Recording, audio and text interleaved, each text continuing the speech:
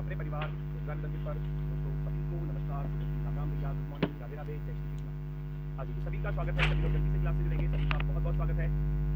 कैसे हैं दोस्तों आप सभी लोग? उम्मीद है बहुत शानदार, बहुत जबरदस्त होंगे और दोस्तों आपकी तैयारी भी बहुत बेहतरीन तरीके से चल रही होगी। सभी का स्वागत है। और वर्कशीट के क्वेश्चन मैंने आपको दे दिए हैं, जो आपका सिलेबस में टॉपिक का 50 क्वेश्चन थे, उनको आप लोग तसल्लीपूर्वक सॉल्व कर लेना। और अगर किसी क्वेश्चन में डाउट लगता है तो को आप देख सकते हैं, उसको पहचान सकते हैं कि क्या लॉजिक है, ठीक है। तो सभी का स्वागत है दोस्तों, सभी को नमस्कार, प्रणाम, जय Hind, good morning. SSC GD 2026 Karma batch reading में आज का जो हमारा टॉपिक होने वाला है वो होने वाला है ब्लड रिलेशन यानी कि रक्त संबंध। ब्लड रिलेशन, ब्लड यानी कि रक्त, रिलेशन यानी कि संबंध, ठीक है। रक्त संबंध टॉपिक हमारा होने वाला है। सभी लोग क्लास में जाइए भैया। बहुत सुंदर, बहुत सुंदर, सभी का स्वागत है भैया। Good morning, good morning. चलो सभी का स्वागत है। बर्थडे आप कब तक मनाते रहोगे? बर्थडे निकल चुका है, कब तक चलता रहेगा बर्थडे? चलो सभी का स्वागत है, सभी का स्वागत है दोस्तों, नमस्कार, प्रणाम। तो शुरुआत करते हैं ब्लड रिलेशन चैप्टर की। अगर मैं ब्लड रिलेशन टॉपिक की बात करूं तो ये 3 चीजों पर आधारित है केवल। अगर मैं ब्लड रिलेशन टॉपिक की बात करूं,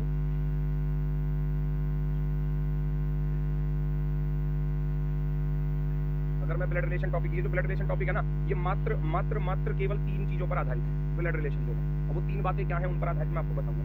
ध्यान से सुनना, सारी चीजें बिल्कुल बेहतरीन तरीके से क्लियरली आपको समझ में आएगी। 3 चीजें क्या है? सबसे पहली चीज है, सबसे पहली चीज है बेटा, सबसे पहली चीज जनरेशन। जनरेशन, जनरेशन को क्या बोलते हैं हम? पीढ़ी, है ना। क्या बोलते हैं हम इसको? पीढ़ी। कौन सी पीढ़ी का आदमी है ना? ये हमारे माता पिता वाली पीढ़ी में है, या हमारे दादा दादी वाली पीढ़ी में है ना, या हमारे बच्चों वाली जनरेशन में है, इस तरीके से। तो सबसे पहली टाइप है, सबसे पहला जो इसका कॉन्सेप्ट है वो है जनरेशन। ये जनरेशन के बारे में पता होना चाहिए कि कौन सा रिलेशन किस जनरेशन में आता है, ठीक है। कौन सा रिलेशन, जैसे कि मैं कहने लगूँ चाचा जो है, वो चाचा किस जनरेशन में आते हैं? वो माता पिता वाली जनरेशन में आते हैं। मैं कहने लगूँ मामा, मामा कौन सी जनरेशन में? वो भी माता पिता वाली जनरेशन में। मैं कहने लगूँ भैया नाना, नाना कौन सी जनरेशन में आता है? तो वो ग्रैंड फादर वाली जनरेशन में आता है, अर्थात अगर मैं कहूँ तो दादा दादी वाली जनरेशन में आते हैं, ठीक है। चलो सभी का स्वागत है दोस्तों। जनरेशन की बात कर लूँ मैं, सबसे पहले पीढ़ी क्या चीज होती है। दूसरा होता है इसमें मोस्ट इंपोर्टेंट भैया, दूसरी अगर मैं बात करूँ तो मोस्ट इंपोर्टेंट चीज होगी जेंडर। जेंडर यानी कि लिंग, मेल है या फीमेल है ना, मेल है या फीमेल, क्योंकि यहाँ पर आप 2 ही जेंडर पढ़ने वाले हो, 2 जेंडर पर ही क्वेश्चन यहाँ मिलने वाला है। थर्ड जेंडर पर यहाँ पर कोई क्वेश्चन नहीं आता है एग्जाम में। तो लिंग की अगर मैं बात करूँ तो 2 ही चीज से आपको मिलने वाला है, एक तो मेल मिलेगा और एक फीमेल मिलेगा, है ना, फीमेल। अगर मैं मेल की बात करूँ तो मेल की बात करूँ तो मेल को कहेंगे हम पुरुष, पुरुष, है ना, और फीमेल हो गई महिला, महिला।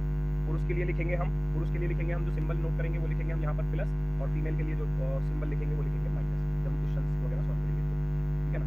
तो अगर मैं बात करूँ तो जनरेशन हो गया, जनरेशन को बोलते हैं पीढ़ी। दूसरा होता है जेंडर, जेंडर होता है लिंग, है ना। जनरेशन बता दूंगा, जेंडर दोनों बता दिए, मेल और फीमेल आपको मिलने वाले हैं, ठीक है। अब अगर मैं तीसरी बात करूँ तो तीसरा बेसिक जो पॉइंट है और मोस्ट इंपोर्टेंट पॉइंट जो है वो यही है, सेंटेंस। सेंटेंस अर्थात बेटा वाक्य, वाक्य, वाक्य को समझना, ठीक है ना। सिमिलर सेट में बेटा प्रॉब्लम आएगी। प्रॉब्लम में वैसे नहीं कह रहा कि आपको थोड़ा सा लॉजिक पकड़ने में थोड़ा देरी हो सकती है, लेकिन अगर आप मेहनत करोगे, उस पर बार बार चीजों का रिवीजन करोगे तो वो बेहतर होता चला जाएगा, क्योंकि पूरा का पूरा टॉपिक जो है वो लॉजिकल होता है। पूरा का पूरा टॉपिक जो है सिमिलर सेट वाला वो लॉजिकल, नंबर पर आधारित जितने भी रीजनिंग के चैप्टर होंगे, नंबर पर आधारित यानी कि संख्याओं पर आधारित जो भी टॉपिक होंगे वो सारे के सारे लॉजिकल होंगे। उनमें गुणा, भाग, जोड़, घटाना, वर्ग, घन, कहीं भी कुछ भी कैसा भी लॉजिक पॉसिबल हो सकता है। तो उसके लिए ज्यादा से ज्यादा जो है वो चीजों को रिवाइज करना होता है, प्रैक्टिस करनी होती है। इसीलिए 50 क्वेश्चन आपको दिए गए हैं सिमिलर सेट के, तो उनको करिए, पहचानिए, मजा आएगा। हार्ड हार्ड नहीं कहोगे, लॉजिकल कह सकता हूँ। अगर लॉजिक पता चल गया फिर तो आसानी है, तो हुआ ना लॉजिकल, हार्ड नहीं हुआ। हार्ड बोलते हैं कि भाई क्वेश्चन ही सॉल्व नहीं हो रहा, है ना, क्वेश्चन ही सॉल्व नहीं हो रहा, टाइम टेकिंग भी है, हार्ड भी है, हो ही नहीं रहा सॉल्व। वो अगर लॉजिक पता चल गया तो 2 सेकंड में सॉल्व हो जाएगा, लॉजिक पता ना चल रहा तो 2 मिनट लगेंगे, ठीक है। चलो तो ये 3 चीजें हैं दोस्तों, जिसमें से मैंने जेंडर के बारे में आपको बता दिया। मेल और फीमेल पढ़ने वाले हैं, मेल के लिए प्लस लिखेंगे, फीमेल के लिए माइनस लिखेंगे, ठीक है। जनरेशन को बता देता हूँ, जनरेशन क्या चीज होती है। जनरेशन होती है पीढ़ी, ठीक है, वो बताऊंगा। और लास्ट में फिर सिखाऊंगा सेंटेंस, वाक्य को पढ़ना, समझना और सीखना। क्योंकि जब तक वाक्य को नहीं समझोगे, मान लो कहीं लिखा है कि ए बी के मामा का लड़का है, तो जब तक आप इस सेंटेंस को नहीं समझ पाओगे कि वो कौन किसके मामा का लड़का है, तो फिर क्वेश्चन सॉल्व नहीं होगा, ठीक है।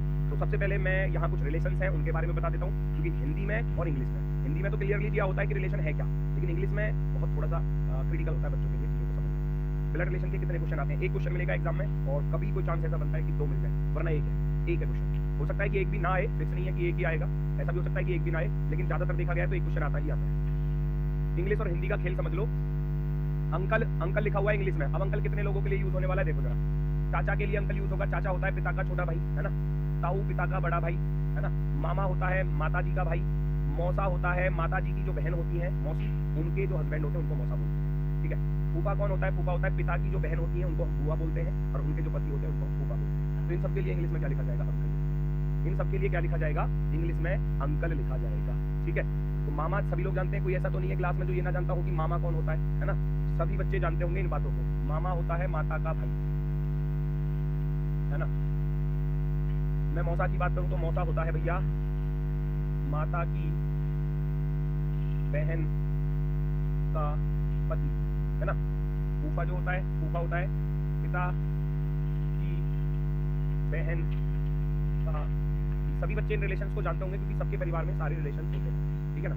सभी के परिवार में ये सारे रिलेशन कहीं ना कहीं मिल जाएंगे। अगर वास्तविक नहीं मिलेंगे तो अड़ोसी पड़ोसी वाले मिल जाएंगे, लेकिन मिल जरूर जाएंगे, ठीक है ना। तो अगर मैं बात करूं भाई चाचा ताऊ, ये ताऊ जो होता है वो पिता का बड़ा भाई होता है, चाचा होता है पिता का छोटा भाई। एक ही बात है, अंकल ही बोलते हैं दोनों, ठीक है, अंकल ही बोलते हैं। आंटी की बात की जाए तो आंटी कहाँ यूज होने वाला है? आंटी भाई कहाँ यूज होने वाला है? चाची जानते हो आप चाची कौन होती है?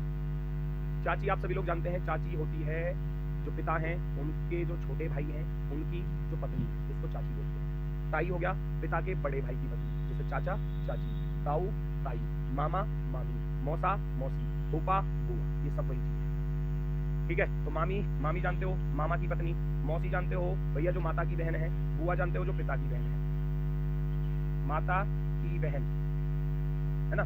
और जो बुआ है ये होती है पिता की बहन। सबके परिवार में ये सब रिलेशन मिल जाएंगे, हर एक रिलेशन हर फैमिली में मिल जाता है। सगा नहीं मिलेगा, हो सकता है कोई अपने माँ बाप का इकलौता है तो हो सकता है उसकी सिस्टर ना हो, है ना। मान लो कोई लड़का अकेला अपने माँ बाप का इकलाई है तो सगी सिस्टर तो नहीं है, लेकिन चाचा ताऊ मामा फूफी में मिल जाती है ना, तो उनको भी हम सिस्टर ही होती है, हालांकि कजिन होती है, ठीक है। और जैसे कि मान लो मैं कहने लगूँ किसी की मम्मी इकलौती है, अपने पिता की इकलौती संतान है, तो उसका मामा नहीं होगा। मामा नहीं है तो चाचा ताऊ में मामा मिल जाएंगे, मिल जरूर जाएंगे, ठीक है ना। कजिन की बात करूँ तो कजिन जो शब्द लिखा जाता है, ये कजन जो लिखा जाता है वो कितने लोगों के लिए लिखा जाता है? चचेरे यानी कि चाचा के बेटा बेटी, ममेरे मामा के बेटा बेटी, फुफेरे बुआ और फूफा के बेटा बेटी, मौसेरे मौसा के बेटा बेटी। तो वो क्या लगते हैं? हमारे सब कजिन लगते हैं। कजिन यानी कि चचेरे भाई बहन, ममेरे भाई बहन, फुफेरे भाई बहन, मौसेरे भाई बहन, तो उनको बोलते हैं हम कजिन, कजिन बोलते हैं। ताऊ को क्या बोलते हैं? ताऊ को भैया, ताऊ भाई साहब तुम लोग जो हो ना सुधरोगे नहीं, ताऊ होता है पिता का बड़ा भाई, बड़ा भाई, ठीक है। और ये छोटा भाई, ये छोटा है। कहीं कहीं दोनों को ही, है ना, चाचा ही बोल देते हैं, कहीं कहीं दोनों को सेम ही बोलते हैं चाचा, तो वो कोई ज्यादा नहीं है। पिता के भाई को ही बोलते हैं चाचा और ताऊ। कहीं पिता के छोटे भाई को चाचा बोला जाता है और कहीं पर पिता के बड़े भाई को ताऊ बोला जाता है, और कहीं ऐसा होता है कि दोनों को अंकल ही बोलते हैं, इंग्लिश में भी हिंदी में। और कभी कभी देखा होगा बड़े पापा भी बोल देते हैं, अगर पिता का जो बड़ा भाई है उसको बड़े पापा बोलते हैं, कहीं कहीं होता है वो अलग अलग, है ना। ये जो ताऊ होता है ना, ताऊ ये बड़े पापा होते हैं, ऐसे बोलते हैं। गाँव देहात में बोल देते हैं, जैसे कि मेरे जो पिता हैं उनके जो बड़े भाई हैं वो रिश्ते में ताऊ लगते हैं, लेकिन हम भी उनको क्या बोलते हैं? बड़े पापा, ठीक है। बड़े पापा छोटे पापा है, इस तरीके से। चलो, तो कोई दिक्कत, किसी को कोई समस्या हो तो बताओ फटाफट से।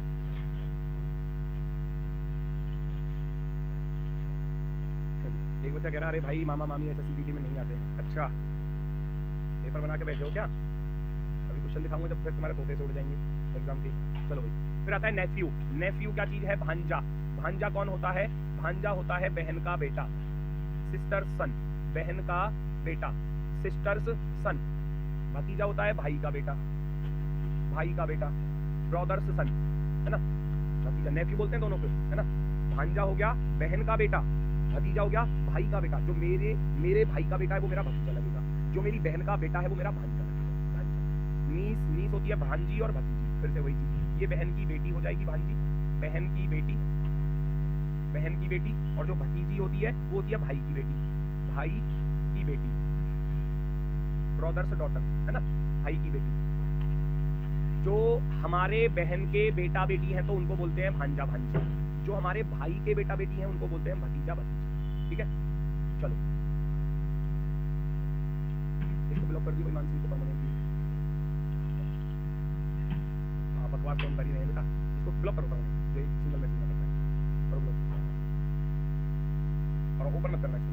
Sister in law, sister in law होता है, सिस्टर इन लॉ होता है भैया जैसे कि भाभी, भाई की पत्नी को भाभी बोलते हैं, है ना, ये जरूरी है। जो भाई की पत्नी होती है, भाभी होती है भाई की पत्नी, भाई की पत्नी, ब्रदर्स, ब्रदर्स वाइफ, है ना, भाई की पत्नी, भाई की पत्नी होती है भाभी, ननद कौन होता है? ये लड़कियों की तरफ से रिलेशन चलता है। ननद होता है बेटा पति की छोटी बहन, पति की बहन लिख लो, बहन लिख दो, है ना, छोटी बड़ी क्या लिखना, पति की बहन, पति की बहन को ननद बोलते हैं, ननद। जेठानी कौन होता है? जेठानी होता है भैया, जेठानी होता है, जो जेठानी होता है ये होता है, यहाँ लिख देता हूँ, पति के बड़े भाई की पत्नी, है ना, जेठानी उसको बोलते हैं, जेठानी, देवरानी, ठीक है। तो जेठानी होती है जो पति होता है, हस्बैंड होता है, उसका जो बड़ा भाई, है ना, उसके बड़े भाई की जो वाइफ होगी उसको हम बोलेंगे जेठानी। ये होता है छोटे भाई, है ना, पति के छोटे भाई, पति के छोटे भाई की पत्नी, छोटे भाई की पत्नी, है ना। किसी को कोई दिक्कत लगे तो बता देना। साली आप सभी लोग जानते हो, साली को तो मुझे बताने की जरूरत है ना, वाइफ की जो बहन है उसको साली बोलते हैं, है ना। पत्नी की बहन, पत्नी की बहन, सारे रिलेशन लिख दिए हैं, हर एक को एक्सप्लेन भी करता चल रहा हूँ, साथ ही साथ देखते चलना सारी चीजों को। भाभी होती है जो हमारा भाई है उसकी पत्नी, ठीक है। ननद होती है, ननद ये लड़कियों की तरफ से रिलेशन चलते हैं, ननद होती है पति की बहन। कोई लड़की है उसकी शादी हुई तो उसका जो हस्बैंड है, हस्बैंड की जो सिस्टर होगी उसको ननद बोलते हैं, ननद, ठीक है। पति की बहन यानी कि हस्बैंड्स सिस्टर। जेठानी होती है जो हस्बैंड होता है उसके बड़े भाई की पत्नी, है ना, बड़े भाई की पत्नी। और जो देवरानी होती है वो छोटे भाई की पत्नी होती है। साली होती है पत्नी की बहन, साली को तो सभी लोग जानते हैं, है ना। चलो कोई दिक्कत किसी को, मैंने सब कुछ लिखा हुआ है, हर किसी के बारे में लिख दिया कि कौन क्या होता है। अभी भी कह रहे हैं जेठानी कौन है, अरे बेटा जेठानी के लिए लिख तो दिया, ये लिखा हुआ है ना, उधर एरो बना के ऐसे लिखा हुआ है, पति के बड़े भाई की पत्नी, है ना। पति होता है हस्बैंड, उसके बड़े भाई होते हैं, है ना, उनकी भी जो पत्नी होगी, उनकी भी जो पत्नी होगी वो सब होते हैं। देवर भाभी भी तो होता है, भाभी आ तो गई, ये सिस्टर इन लॉ में बोल रहा हूँ, इंग्लिश में सिस्टर इन लॉ इन सब के लिए लिखा जाता है, इन सब के लिए। भाभी के लिए लिखेंगे तो भी सिस्टर इन लॉ, ननद के लिए लिखेंगे तब भी सिस्टर इन लॉ, जेठानी को भी सिस्टर इन लॉ, देवरानी को भी सिस्टर इन लॉ, साली को भी सिस्टर इन लॉ, सब इसी में आ जाते हैं, है ना। नीस जैसे कि भांजी और भतीजी के लिए, नेफ्यू भांजा और भतीजा के लिए। क्लियर हुआ सभी का? समय लगेगा बेटा मेरी बात सुनना, क्योंकि अभी इंपॉर्टेंट है सारे रिलेशन को समझना। जरूरी नहीं है कि क्वेश्चन कराऊं मैं आज की क्लास में, वो जरूरी नहीं है, लेकिन चीजों को समझना, क्योंकि क्वेश्चन भी तो तभी कर पाओगे जब सारे रिलेशन को अच्छे से समझ पाओगे, सीख पाओगे, वरना फिर क्वेश्चनों में फंसोगे, फिर कहोगे गुरुजी ताऊ कौन होता है, गुरुजी मामा का लड़के क्या बोलते हैं, है ना। तो वो सारी चीजें दिक्कत करेंगी। ब्रदर इन लॉ में कौन कौन आ जाते हैं? ब्रदर इन लॉ में फिर से वही देखो, साला आ गया, है ना। साला कौन होता है? पत्नी का भाई होता है। देवर आ गया, देवर ये लड़कियों की तरफ से चलेगा, देवर होता है पति का छोटा भाई। जेठ होता है पति का बड़ा भाई, सारी चीजें लिखवाई अभी बिल्कुल। देवर होता है पति का छोटा भाई, पति का छोटा भाई, है ना। और जो जेठ होता है ये होता है पति का बड़ा भाई, पति का बड़ा भाई। और जो नंदोई होता है ये कौन होता है भाई? नंदोई होता है पति की बहन का पति, पति की बहन का पति, यानी कि जो हस्बैंड है उनकी सिस्टर होगी, उनका जो हस्बैंड है वो नंदोई कहलाता है, ठीक है। चलो तो ब्रदर इन लॉ में सारी चीजें आ जाती है, साला भी, देवर भी, जेठ भी, नंदोई भी, ठीक है। उसके बाद आता है मदर इन लॉ को बोलते हैं सास होती है पति या पत्नी की माता, है ना, ये सब जानते हैं, पति या पत्नी की माता, ठीक है। फादर इन लॉ ससुर किसको बोलते हैं? ससुर बोलते हैं पति या पत्नी के पिता, वो ससुर होते हैं। चलो कोई दिक्कत किसी को कोई समस्या हो तो बताओ फटाफट से, आगे बढ़ते हैं, नेक्स्ट पर आ जाओ। सन इन लॉ क्या चीज होती है? सन इन लॉ होता है भैया दामाद। सन इन लॉ होता है कौन? दामाद। दामाद किसको बोलते हैं? दामाद बोलते हैं बेटी का जो पति है, बेटी का पति, यानी कि डॉटर्स हस्बैंड। दामाद सन इन लॉ होता है, सन इन लॉ, बेटी का पति। डॉटर इन लॉ किसको बोलते हैं? डॉटर इन लॉ बोलते हैं बहू या पुत्रवधू, इसको बोलते हैं भैया, इसको बोलते हैं हम बेटे की पत्नी, पुत्र की पत्नी, बेटे की पत्नी। कभी कभी दामाद भी बोलते हैं, जमाई राजा भी बोल देते हैं, है ना, ऐसा सुना होगा, जमाई भी बोल देते हैं, या इसको बहनोई भी बोल देते हैं, बहनोई, है ना, बहनोई, ठीक है। जो बहन का पति होता है उसको बहनोई बोलते हैं, लेकिन अगर मैं उसके हिसाब से देखूं, सन इन लॉ के हिसाब से, तो फिर हम इसको जमाई बोलते हैं, जमाई राजा ऐसे कह देते, जमाई राजा आ गई, ठीक है। चलो क्लियर हुआ? चलिए चैप्टर की कितनी क्लास होगी बेटा, आपको पता नहीं क्लास के लिए क्यों इतना एक्साइटमेंट रहता है ना। क्लासेस की जिम्मेदारी हमारे ऊपर छोड़ दो, समय से सारी चीज़ों का रिवीजन बेहतर तरीके से वो हम कराएंगे, अच्छा हमारे ऊपर छोड़ दो, आप अपनी तरफ से कुछ एक्स्ट्रा एफर्ट मत लगाओ, जो आपको हम कहते हैं उस काम को कर लिया करो बस। जैसे हम कह रहे हैं कि भाई हमने आपको टॉपिक पढ़ाया, वर्कशीट के क्वेश्चन दिए, और उसके बाद फिर चैप्टर खत्म होने के बाद 50 क्वेश्चन दिए, उनको सॉल्व करो, क्लियर, मजा आ जाएगा, ठीक है। चलो अब चलते हैं जनरेशन की तरफ। जनरेशन क्या चीज़ होती है? जनरेशन में कौन कौन लोग आते हैं? जैसे कि मैं हूँ स्वयं, मैं खड़ा हूँ आपके सामने। अब जो मेरी जनरेशन के लोग हैं, जो मेरे साथ में पले बड़े हैं, है ना, वो कौन कौन है? वो कौन कौन है?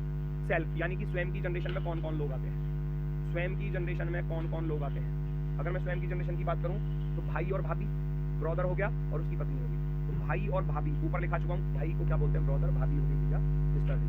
ठीक है, भाई और भाभी दोनों कौन होते हैं? भाई और भाभी दोनों होते हैं हमारी खुद की जनरेशन में पैदा हुए लोग। बहन और जीजा जो हमारी सिस्टर है और उसका जो हस्बैंड है वो हमारी जनरेशन में है। साला और साली ये हमारी खुद की जनरेशन में है। पत्नी स्वयं की जनरेशन में है। फिर बाकी चचेरे, ममेरे, फुफेरे, मौसेरे, भाई बहन जितने भी कजिन है वो सब हमारी जनरेशन में होते हैं। लड़कियों की तरफ से देवर देवरानी खुद की जनरेशन में होते हैं। जेठ जेठानी खुद की जनरेशन में होते हैं। ननद नंदोई खुद की जनरेशन में होते हैं। तो जो अब इस चीज़ को पहचानो कि हमारी जनरेशन में जो लोग आ रहे हैं, जो हमारी पीढ़ी में हैं, जो हमारे साथ साथ पैदा हुए हैं, बढ़ रहे हैं, आगे चलकर नौकरी पा रहे हैं, शादी कर रहे हैं, है ना, इस तरीके की चीज़ें जो हमारी खुद की जनरेशन में है। कभी कभी ऐसा भी देखा होगा आपने, चाचा भी जो है ना वो हम पर ही होता है। जैसे कि मान लो मैं हूँ और जो मेरे अंकल हैं वो मुझसे 1 या 2 साल ही बड़े हैं। तो ऐसा भी कभी कभी होता है, पुराने टाइम से चलते आ रही है चीज़ें। ठीक है, तो लेकिन मैं केवल जनरेशन, क्योंकि उसका रिलेशन चाचा है तो वो रिलेशन जनरेशन चेंज हो गई। लेकिन हम यहाँ जानते हैं कि हमारी जनरेशन में कौन कौन लोग आते हैं, वो सब यहाँ पर है। अब हमसे ऊपर वाली जनरेशन कौन सी होगी? अगर मैं ऊपर चलूंगा तो ऊपर वाली जनरेशन कौन सी होगी बताओ मुझे? ऊपर वाली जनरेशन में आएंगे पेरेंट्स, माता पिता, चाचा चाची, ताऊ ताई, सब ऊपर लिखवा दिया मैंने आपको कौन कौन होते हैं। ये मामा मामी, मौसा मौसी, बुआ फूफा, सास ससुर, यानी कि जो हमसे ऊपर वाली एक पीढ़ी ऊपर, अभी हमारी जनरेशन चल रही है, हमसे ऊपर है माता पिता। माता पिता के साथ साथ कौन कौन लोग चलते हैं?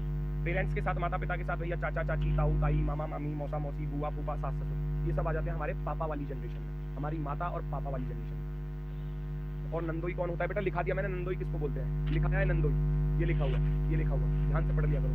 पति की बहन का पति, जो हस्बैंड है उसकी सिस्टर होगी उसको ननद बोलते हैं, और ननद का जो पति होगा उसको नंदोई बोलते हैं। तो पति की बहन का पति नंदोई कहलाता है। ठीक है, अब अगर मैं पेरेंट्स से भी ऊपर चलूं, पेरेंट्स से ऊपर चलोगे तो ग्रैंड पेरेंट्स आ जाएंगे, है ना। दादा दादी, दादा दादी के साथ कौन कौन है? नाना नानी है। दादा दादी के साथ कौन कौन है? नाना नानी। तो दादा दादी और नाना नानी हमारे पापा से भी ऊपर वाली जनरेशन में। अब दादा दादी से भी ऊपर वाली जनरेशन में चलूंगा तो ग्रेट ग्रैंड पेरेंट्स आ जाते हैं। परदादा परदादी, परदादा परदादी, परनाना परनानी बोलते हैं, जो हमारे दादा दादी के भी पिता माता पिता होते हैं। दादा दादी के भी जो माता पिता होते हैं उनको बोलते हैं परदादा परदादी, परनाना परनानी, इस तरीके।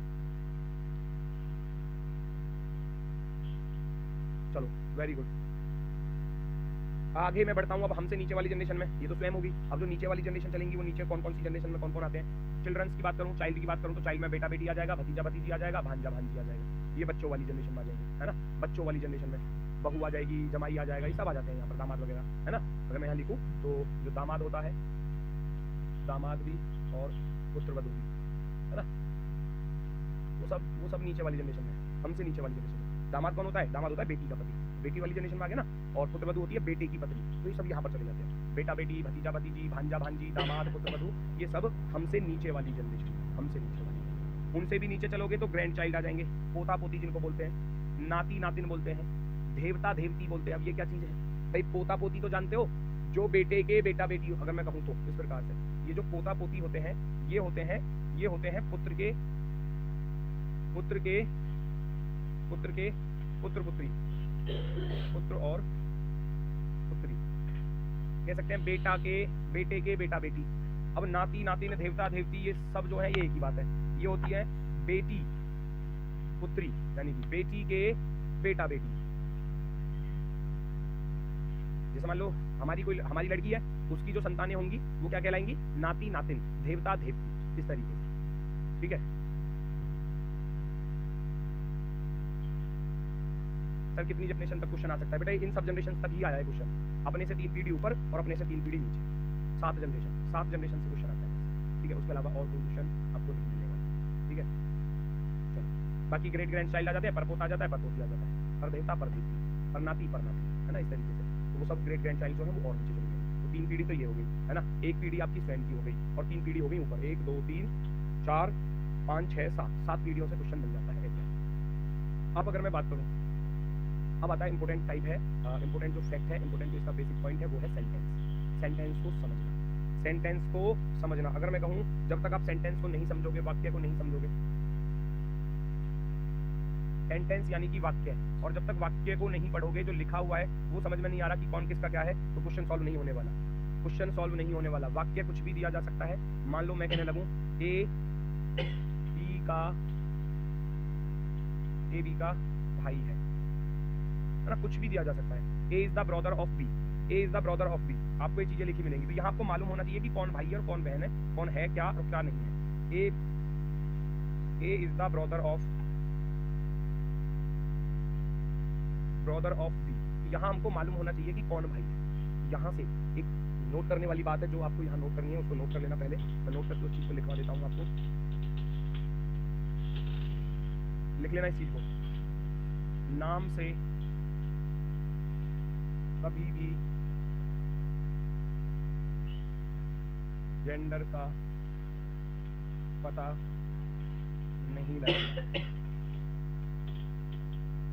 नाम से कभी भी जेंडर को आइडेंटिफाई मत कर लेना कि मान लो कोई नाम लिखा हुआ है तो कि ये लड़का ही होगा, है ना। कुछ नाम कॉमन होते हैं जो लड़का और लड़की दोनों के होते हैं। जैसे कि मैं कहने लगूँ गोल्डी, है ना, फेमस नाम है गोल्डी। अब गोल्डी या लड़के के लिए भी लिख देते हैं कभी कभी नाम, गोल्डी लड़के के लिए भी लिख देते हैं। सोनू बहुत प्रचलित है, सोनू लड़कों में भी बहुत सारे सोनू मिलेंगे और लड़कियों में भी बहुत सारी सोनू मिलेंगी, है ना।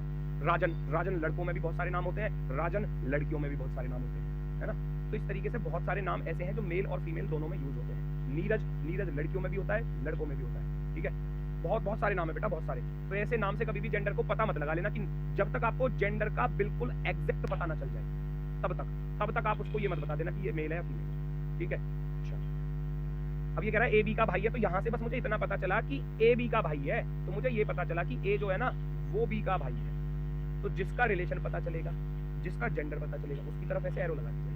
ए बी का भाई है, तो ए भाई है ना, ए भाई है तो ए का जेंडर पता चला कि ए प्लस है। बी का नहीं पता, बी का नहीं पता कि प्लस है या माइनस, तो ये इसका भाई भी हो सकता है या बहन भी हो सकता है। तो इसका जेंडर अज्ञात होगा, मेल या फीमेल में से कुछ, है ना। तो वही चीज मिलेंगी यहाँ पर। अब जैसे कि पुष्पा मूवी देखी होगी आपने, है ना, तो पुष्पा मूवी में जब पुष्पा मूवी का ट्रेलर वगैरह आया था, या बस इतना पता चला था कि पुष्पा कोई मूवी आ रही है, भाई पुष्पा, है ना, तो सब ये समझ रहे थे पुष्पा कोई लड़की की मूवी आ रही होगी। तो निकले कौन, पुष्पा भाऊ, है ना, मैं झुकेगा नहीं, तो पुष्पा भाऊ मिले भैया। तो पुष्पा नाम लड़के का लड़की का किसी का भी हो सकता है। पुष्पा राज, पूरा नाम उसका पुष्पा राज था, ठीक है। चलो, तो वो मतलब नाम से, अब शुरुआत में तो ऐसा लग रहा था भाई किसी लड़की के ऊपर फिल्म है शायद, भाई नाम पुष्पा था, तो हो सकता है भाई माइंड में एकदम आता है कि भाई हम सोचते हैं कि अरे पुष्पा तो लड़कियों में होता है ज्यादातर, नाम किसी लड़की के नाम पर होगी, लेकिन वो ठीक इस पर लड़की के ऊपर, है ना, हीरो के ऊपर मूवी थी। तो इस चीज को मतलब हमेशा ध्यान रखना है कि नाम से कभी भी जेंडर को आइडेंटिफाई नहीं करना। तो वैसे सेंटेंस आपको मिलेंगे बहुत सारे, सेंटेंस को एक एक करके बारीकी से समझते हुए चलेंगे, ठीक है। ये कह रहा है कि एक्स वाई का पिता है। अब एक्स वाई का पिता है, तो पिता है कौन, ये पता होना चाहिए। जब सेंटेंस लिख रहा है तो उसके बारे में पता होना चाहिए। एक्स वाई का पिता है, एक्स। अब देखो एक बात का और ध्यान रखना, एक बात का और ध्यान रखना, जो जनरेशन मैंने आपको बताई, तो जैसे ये कह रहा है एक्स वाई का पिता है, तो एक्स को हम ऊपर रखेंगे क्योंकि जनरेशन कैसे हो गई, ऊपर वाली जनरेशन के अकॉर्डिंग बताया मैंने चीजों को रखना। एक्स वाई का पिता है तो ऊपर वाली जनरेशन में रखूंगा। जो हमारी जनरेशन में है तो वो ऐसे आएंगे, और जो हमसे ऊपर है उसको ऐसे ले जाएंगे, जो हमसे नीचे है वो नीचे जाएंगे। इसका भी ध्यान रखना, क्वेश्चन को करने में थोड़ा आसानी होती है। एक्स वाई का पिता है, एक्स वाई का पिता है दिया गया है, तो ये एक्स पिता हो गया, एक्स का जेंडर पता चल गया। मैं अगर आपसे यहाँ पर कहूँ तो y का x के साथ, y का x के साथ क्या संबंध है, पता लग रहा क्या संबंध है, या ऐसे लिख देता है या करके, तो y x का कौन है, ऐसे लिख देता है ना। y x का कौन है, y x का कौन है, y का x के साथ क्या रिश्ता है, how is y related to x, how is y related to x। English में अगर मैं कहूं तो how is y related to x,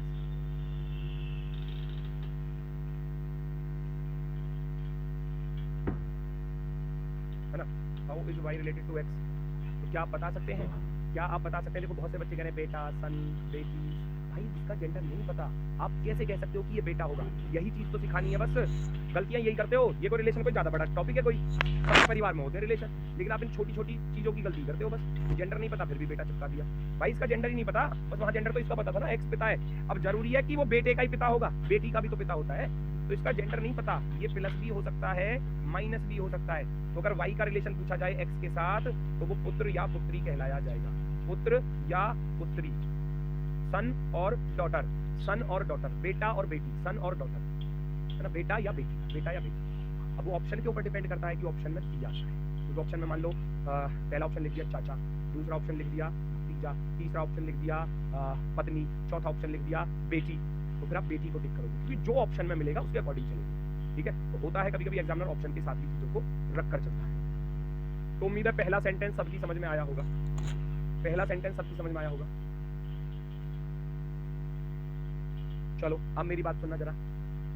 sentence तो और भी बहुत सारे आ सकते हैं, जैसे कि एक्स वाई का पिता है, मैं यहाँ और भी सेंटेंस लिख सकता हूँ आपके लिए, मैं यहाँ आपके लिए और सेंटेंस भी लिख सकता हूँ। मान लो मैं कहने लगूँ ए बी का चाचा है ना, अंकल है, इंग्लिश में तो अंकल ही लिखा जाएगा, ए इज द, है ना, इंग्लिश में लिख दो A is the uncle of B, है ना, इस तरीके से। अगर मैं कहूँ तो इस तरीके से भी चीजें आपको मिलेंगी। अब देखो एक और बात है कि अगर मैं कहूँ कि भाई जो पिता की तरफ से रिलेशन चलते हैं, है ना, जैसे कि ये कह रहा है इज द अंकल, अभी चाचा लिखा है हिंदी में तो स्पष्ट कर दिया चाचा, लेकिन यहाँ मामा के लिए भी अंकल ही लिखा जाएगा क्या? यहाँ थोड़ा सा स्पेशल कर दिया जाता है चीजों को लेकर, यहाँ लिख दिया जाता है पैटर्नल अंकल ऑफ बी। अब पिता की तरफ से जो रिलेशन चलेंगे, पिता की तरफ से जो रिलेशन चलेंगे उनको बोला जाता है पैटर्नल, और जो माता की तरफ से रिलेशन चलते हैं जैसे कि मामा, मौसा, मौसा किधर चलेगा, मम्मी की जो बहन होती है उनके हस्बैंड, तो उनको मौसा बोलते हैं, तो वो मैटरनल अंकल कहलाए जाते हैं। ये पैटर्नल अंकल, तो भैया पिता की तरफ से जो रिलेशन चलेंगे, जो पिता की तरफ से चलेंगे रिलेशन, पिता की तरफ से अगर रिलेशन चल रहा है तो उसको पैटर्नल बोलते हैं, पैटर्नल, है ना। और अगर माता की तरफ से रिलेशन चलते हैं, माता की तरफ, तो उसको मैटरनल बोलेंगे, है ना, बात आई समझ में। तो ये चाचा है, तो चाचा कौन होता है, चाचा होता है पिता का भाई, चाचा होता है पिता का भाई। A is the uncle, maternal uncle, तो मैटरनल अंकल तब बनेगा जब इसका पिता होगा कोई, और पिता का ये भाई होगा। चाचा तभी बन सकता है, चाचा ये तभी बन सकता है ना।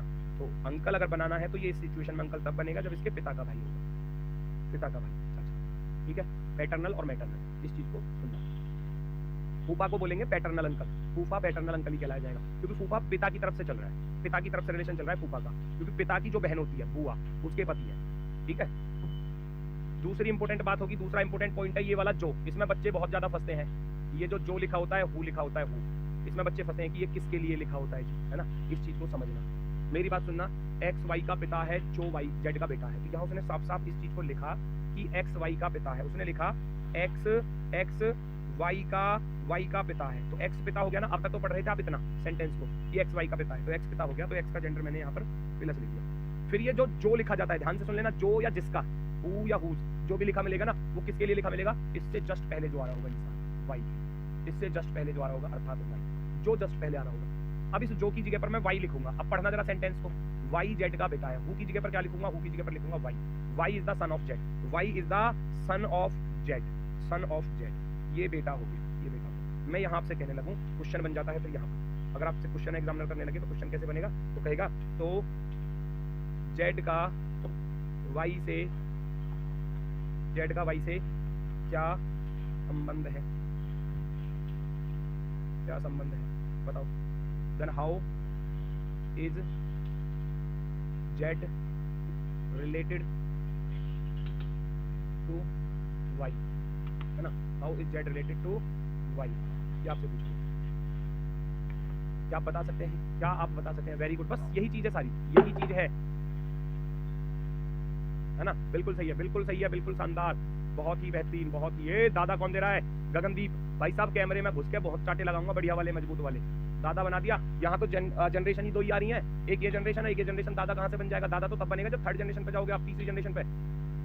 वो कह रहा है कि एक्स वाई का पिता है, एक्स वाई का पिता है, ये जो लिखा जाता है इससे पहले जो आ रहा है उसके लिए लिखा जाता है, वाई के लिए। तो वाई जेड का बेटा है, वाई जेड का बेटा है। अब यहाँ से पढ़ो, Y is the son of Z, Y is the son of Z. देखो इसका पिता कौन हुआ, ये। अब ये बेटा इसका भी है और इसका भी बेटा ही है, तो ये अगर प्लस हो गया तो ये माइनस होगा, क्योंकि एक इंसान के दो पिता नहीं होते, एक पिता होता है और एक माता होती है ना, एक पिता होता है एक माता होती है। अगर ये इसका भी बेटा है और ये इसका भी बेटा है, तो इन दोनों में से एक मेल होगा एक फीमेल होगा। मेल का पता चल गया कि ये मेल है, तो ये फिर फिक्स है कि ये फीमेल होगा, है ना।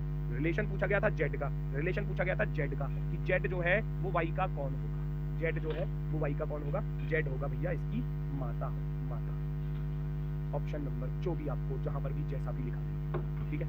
माता, बिल्कुल सही है, बिल्कुल सही है, एकदम परफेक्टली। अभी बात क्लियर हुई? जो या जिसका किसके लिए यूज होता है, इस चीज को थोड़ा समझने का प्रयास करो। अगला सेंटेंस फिर से इसी प्रकार से है, मैं इसमें एक चीज लिखने वाला हूं, है ना, उसका आंसर आपको बताना है। तो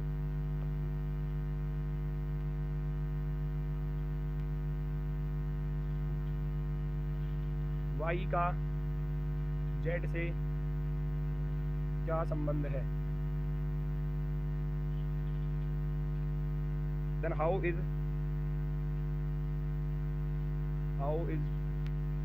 वाई रिलेटेड टू जेड? बताओ जल्दी से, how is Y related to Z, फटाफट से बताओ।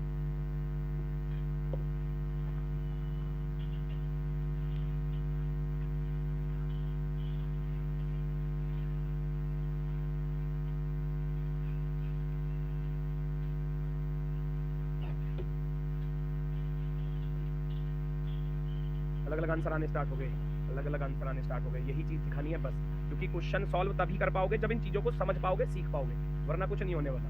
वो कह रहा है X is the brother of Y, वो कह रहा है X is the brother of Y, X is the brother of Y, Y का भाई है, तो वाई का एक्स का जेंडर मुझे पता चल गया कि एक्स जो है वो एक पुरुष है। क्यों कह रहा है X is the brother of Y, X is the brother of Y, X Y का भाई है। भाई लिखना चाहो इस चीज को लिख सकते हो, वो आपकी इच्छा होगी। यहाँ मैंने भाई लिख दी, चलो जी। अब कह रहा है हु, मैंने क्या बोला था, हु से पहले जो आ रहा होगा उसके लिए ये हु लिखा जाता है। हु किसके लिए लिखा गया? इस वाई के लिए। अब इस हु की जगह पर वाई रखकर देखो, Y is the father of Z, X Y का भाई है जो जेड का पिता है। मैंने बताया ये जो लिखा जाएगा वो किसके लिए लिखा जाएगा? इससे पहले आने वाले इंसान के लिए, अर्थात वाई के लिए। तो इस जो की जगह पर मैं जैसे ही वाई लिखूंगा तो फिर मैं सेंटेंस को पढ़ता हूं, तो वाई जेड का पिता है। वाई जेड का कौन है? पिता है। वाई जेड का कौन है? पिता है। ये प्लस हो जाएगा। बस यही पूछा था कि वाई का जेड से क्या रिश्ता है। वाई का जेड से अलग अलग आ रहा है, कोई माता दे रहा है, कोई बेटा दे रहा है, कोई बेटा या बेटी दे रहा है, कोई पिता दे रहा है ना, कोई चाचा कह रहा है, कोई सिस्टर कह रहा है। बहुत अच्छे तरीके से पुताई कर दी जाएगी, सब बता रहा हूँ। साफ साफ बोला था मैंने कि एक्स वाई का भाई है। ये जो या जिसका लिखा मिलेगा वो उससे पहले आने वाले पर्सन के लिए लिखेगा। इससे पहले क्या आ रहा है? इससे पहले वाई आ रहा है ना, जो भी इंसान आएगा इस जो से पहले क्या आ रहा है? वाई आ रहा है, तो यहाँ लिख दूंगा वाई। अब पढ़ो सेंटेंस को, वाई जेड का पिता है। मैंने बताया हु लिखा मिलेगा किसके लिए? इससे पहले जो पर्सन आ रहा होगा वाई आ रहा है, तो हु की जगह पर वाई रख दो। अब जैसे ही आप हु की जगह पर वाई रखते हो तो फिर सेंटेंस को पढ़कर देखो। हु की जगह पर मैंने क्या रखा? Y. Y is the father of Z, तो इसका अर्थ क्या हुआ कि वाई जो है वो जेड का पिता है। और ये कह रहा था कि वाई का जेड से क्या रिश्ता है, तो वाई जेड का क्या होने वाला है? पिता होने वाला है, फादर होने वाला है, फादर। ऑप्शन जहां भी आपको पिता लिखा मिलेगा वो आपका राइट होगा, ठीक है, वो आपका राइट होगा। क्लियर हुआ? क्योंकि यहाँ रिलेशन पूछा किसका गया है? वाई का पूछा गया, जेड का नहीं पूछा गया, है ना, जेड का नहीं पूछा गया। जेड का पूछा जाता तो आप कह देते कि बेटा या बेटी, जेड का पूछा जाता तो बेटा या बेटी, ठीक है। चलो उम्मीद है तो आज के लिए दोस्तों बस इतना ही है। इन सेंटेंसों को थोड़ा सा पढ़ना समझना, अभी और सेंटेंस बचे हुए हैं, वो सेंटेंस आपको सिखाऊंगा, समझाऊंगा, उसके बाद फिर हम क्वेश्चनों की तरफ चलेंगे। क्योंकि पहले सारी जनरेशन, सारे जेंडर, सारे सेंटेंस, है ना, और सारे जो रिलेशन है उनको माइंड में फिक्स करो कि कौन सा रिलेशन क्या होता है। उसके बाद फिर क्वेश्चन जो है वो बहुत आसानी से, बहुत सिंपल वे में बन जाएंगे। वरना मैं डायरेक्ट क्वेश्चन करा देता, टॉपिक तब भी खत्म हो जाता, कोई दिक्कत नहीं आती, लेकिन क्लियरली, बिल्कुल फाइनली, ताकि एग्जाम में कभी कोई चीज गलत हो ही ना, उस तरीके से चलना है। वरना मैं क्वेश्चन समझाता हुआ चलता तो क्वेश्चन डायरेक्ट भी कराता तो डायरेक्ट भी समझ में आती चीजें, बट टाइप वाइज चीजों को रख देता। लेकिन बेसिक पॉइंट समझना जरूरी है, उसको समझोगे, चीजों को सीखोगे तो सारी चीजें क्लियर हो जाएगी। अभी सेंटेंस और भी समझाऊंगा कल की क्लास में, तो फिर उसके बाद फिर मैं क्वेश्चन कराऊंगा, फिर आप देखोगे बिल्कुल आसान लगेगी सारी चीजें, ठीक है। तो समय हो चुका है आज के लिए, बस सभी को भैया मेरी तरफ से नमस्कार। कल फिर मुलाकात होगी आपसे अपने वाले समय पर सुबह 10 बजे। तब तक के लिए धन्यवाद, टाटा, बाय बाय।